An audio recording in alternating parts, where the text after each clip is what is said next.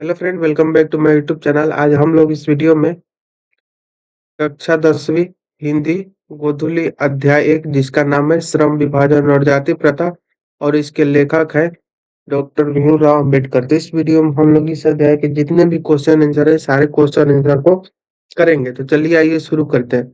तो सबसे पहले हमारा पहला सवाल है, लेखक किस विनम्रता की बात करता है? विनम्रता का स्वरूप क्या है?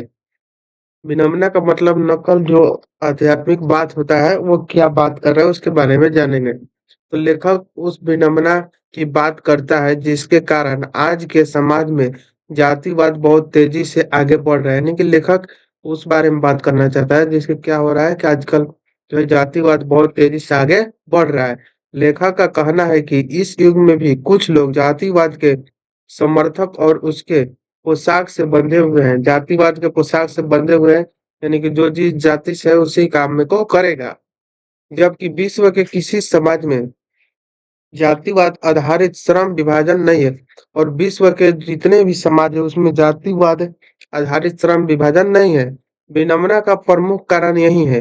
विनम्रता का प्रमुख कारण यही है कि जातिवाद बहुत तेजी से आगे बढ़ रहा है और लोग क्या कर रहे हैं तो जातिवाद से बंधे हुए हैं, लेकिन समाज में क्या है तो जातिवाद आधारित श्रम विभाजन नहीं है, क्योंकि इसमें नीच ऊंच की भावना बलवान होती है। इसमें क्या होता है तो नीच ऊंच की भावना भावना जो होती है बलवान होता है, यानी छोट जात बड़ जात ऐसे करके जो भावना होती है वो क्या होती है और मजबूत होती चली जाती है। और मनुष्य को जन्म से ही किसी एक काम धंधे में बांध दिया जाता है, यानी जन्म से ही उसको क्या किया जाता है तो जिस जाति से है उसी पेशे को उसको निर्धारित करके अपना काम करना पड़ता है। विनम्रता का स्वरूप यही है कि जाति प्रथा श्रम विभाजन के साथ साथ श्रमिक विभाजन का भी रूप ले रखा है जो अस्वाभाविक है। यानी विनम्रता का स्वरूप क्या है तो जाति प्रथा जो है वो श्रम विभाजन के साथ साथ श्रमिक यानी कि जो काम करने वाले मजदूर हैं लोग हैं उनको भी एक रूप में क्या करता है बांध के रख देता है, जो कि क्या है तो जो कि यही है, अस्वाभाविक है। नेक्स्ट क्वेश्चन हम लोग देखते हैं। अगला है, जातिवाद के पोषक उसके पक्ष में पोशाक जो है उसके पक्ष में क्या तर्क देते हैं? तो जातिवाद के पोषकों का कहना है कि आधुनिक सभ्य समाज कार्य कुशलता के लिए श्रम विभाजन को आवश्यक नहीं मानते, यानी आधुनिक जो समाज है नया के लोग वो सब क्या करते हैं कार्य कुशलता के लिए श्रम विभाजन को आवश्यक नहीं मानते, यानी जो जिस जाति से उसी काम को करेगा ऐसा कोई जरूरी नहीं है। जबकि जाति प्रथा ही क्या होता है, जाति प्रथा भी श्रम विभाजन का ही एक ग्रुप है, इसलिए इसमें कोई बुराई नहीं है। नेक्स्ट हमारा क्वेश्चन है 3 नंबर, जातिवाद के पक्ष में दिए गए तर्कों पर लेखक की प्रमुख आपत्तियां क्या है? यानी जातिवाद के पक्ष में दिए गए तर्कों पर लेखक की क्या प्रमुख आपत्तियां है उसको हमें बताना है। तो जातिवाद के पक्ष में दिए गए तर्क पर लेखक का कहना है कि जाति प्रथा जो है वो श्रम विभाजन का स्वाभाविक विभाजन नहीं है, कैसा है तो अस्वाभाविक विभाजन है। क्योंकि श्रम विभाजन के साथ-साथ क्या होता है तो श्रमिकों का भी विभाजन हो जाता है। श्रम विभाजन जब होता है तो श्रमिकों का भी विभाजन हो जाता है, जिसके कारण मनुष्य को जन्म के साथ ही उसके एक काम धंधे में बांध देती है। साथ ही समाज में ऊंच-नीच का जो भेदभाव भी है वो जन्म ले लेता है। अगर आप इस अध्याय को एक बार अच्छे से पढ़ लेते हैं, तो जितने भी क्वेश्चन आंसर है आप आसानी से कर सकते हैं, क्योंकि इसमें मेन बात किया गया है वो जाति प्रथा और भेदभाव में अंतर दिखाया गया है, इसीलिए सारे क्वेश्चन आंसर जो है वो एक दूसरे से मिलते जुलते हैं। ठीक है, नेक्स्ट क्वेश्चन देखते हैं। अगला है हमारा, जाति जो है भारतीय समाज में श्रम विभाजन का स्वाभाविक रूप क्यों नहीं कही जा सकती, यानी कि जाति प्रथा जो है जाति भारतीय समाज में जो श्रम विभाजन का है वो स्वाभाविक रूप क्यों नहीं कहा जा रहा है उसके बारे में बताना है। तो कर है, भारतीय समाज में जातिवाद के आधार पर श्रम विभाजन अस्वाभाविक है। क्या है तो अस्वाभाविक है, क्योंकि जातिगत श्रम विभाजन के रुचि अथवा कार्य कुशलता पर आधारित नहीं है।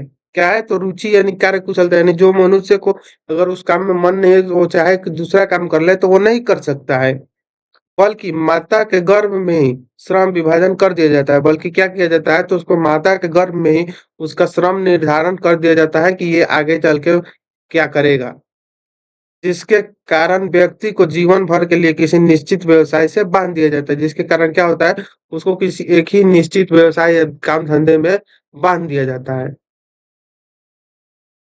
अगला हमारा क्वेश्चन है, जाति प्रथा भारत में बेरोजगारी का एक प्रमुख व प्रत्यक्ष कारण कैसे बनी हुई है? यानी जाति प्रथा जो है वो भारत में बेरोजगारी का प्रमुख और प्रत्यक्ष कारण कैसे बनी हुई है, ये हमें बताना है। तो जाति प्रथा मनुष्य को क्या करती है, तो जीवन भर के लिए एक पेशे में बांध देती है। उससे कोई अन्य पेशे चुनने की अनुमति नहीं देती है, भले ही उसे उस पेशे में दिल लगे या न लगे। यानी कि जाति प्रथा क्या करता है, तो मनुष्य को जिस जाति से उस जाति के अनुसार उसे श्रम बांट दिया जाता है, जिसके कारण क्या होता है कि उसको किसी और दूसरे काम को चुनने की अनुमति नहीं दी जाती है, भले उसको उस काम को करने में दिल लगे या ना लगे, मन लगे या ना लगे। इसको आप अपने से भी लिख सकते हैं, जरूरी नहीं कि यही वाला लिखिएगा। अगला लाइन है, जिसके कारण भूखमरी तथा बेरोजगारी की समस्या खड़ी हो जाती है। इसी के कारण क्या होता है, तो बेरोजगारी और भूखमरी की भी समस्या खड़ी आती है। इस प्रकार जाति प्रथा भारत बेरोजगारी का एक प्रमुख और प्रत्यक्ष कारण बनी हुई है। इसी कारण क्या है, जाति प्रथा भारत बेरोजगारी का एक प्रमुख और प्रत्यक्ष कारण बनकर हमारे सामने है। नेक्स्ट क्वेश्चन देखते हैं, 6 नंबर। 6 नंबर है, लेखक आज के उद्योगों में गरीब और उत्पीड़न से भी बड़ी समस्या किसे मानते हैं और क्यों? तो लेखक का कह रहा है कि लेखक आज के उद्योग में आज के समय में गरीब और उत्पीड़न से भी बड़ी समस्या किससे मानते हैं, तो ये जाहिर सी बात है, वो जाति प्रथा और श्रम विभाजन को मानते हैं। यहाँ पर लिखा हुआ है, लेखक आज के उद्योग में गरीब और उत्पीड़न से भी बड़ी समस्या जाति प्रथा को मानते हैं। इसका कारण यह है कि प्रथा में व्यक्ति की रुचि तथा क्षमता की उपेक्षा की जाती है। व्यक्ति स्वेच्छा से कोई दूसरा पेशा नहीं अपना सकता। इससे स्पष्ट होता है कि आर्थिक दृष्टि से भी जाति प्रथा हानिकारक है। यानी कि जब किसी व्यक्ति को दूसरा पेशा चुनने का अधिकार न हो, तो ये आर्थिक रूप से क्या है, तो हानिकारक ही है। यह प्रथा क्या करता है, तो मनुष्य को स्वाभाविक प्रेरणा, रुचि तथा आत्मशक्ति को दबाकर और उन्हें स्वाभाविक नियमों में जकड़कर क्या करता है, तो निष्क्रिय बना देता है।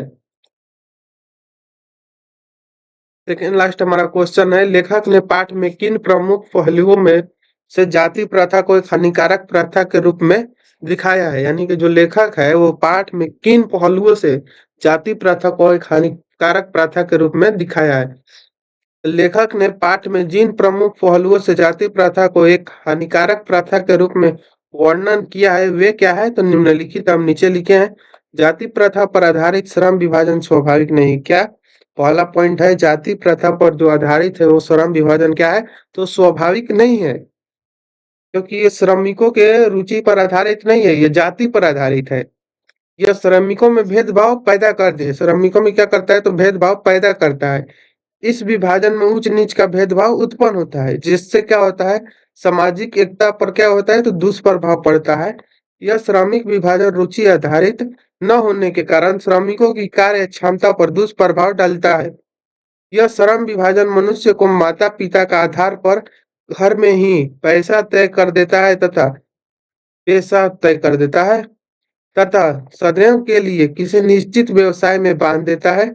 इसलिए मजबूरी में इन कार्यों को करने के लिए व्यक्ति अपने उदासीन भाव से करता है। यानी क्या होता है, हम माता पिता जो काम करते हैं वही काम उनके बच्चे को भी करना है, पड़ता है जाति प्रथा में। उनको इस काम में मन लगे या ना लगे, उदासीन भाव से उनको क्या होता है कि ये काम को करना ही पड़ता है। अगला क्वेश्चन है, जरूरी नहीं कि आप जैसे हम लिखे उसी तरह से लिखना, आप अध्याय को पढ़कर खुद से भी लिख सकते हैं। सच्चे लोकतंत्र की स्थापना के लिए लेखक ने किन विशेषताओं को आवश्यक माना है? किन विशेषताओं को आवश्यक माना है?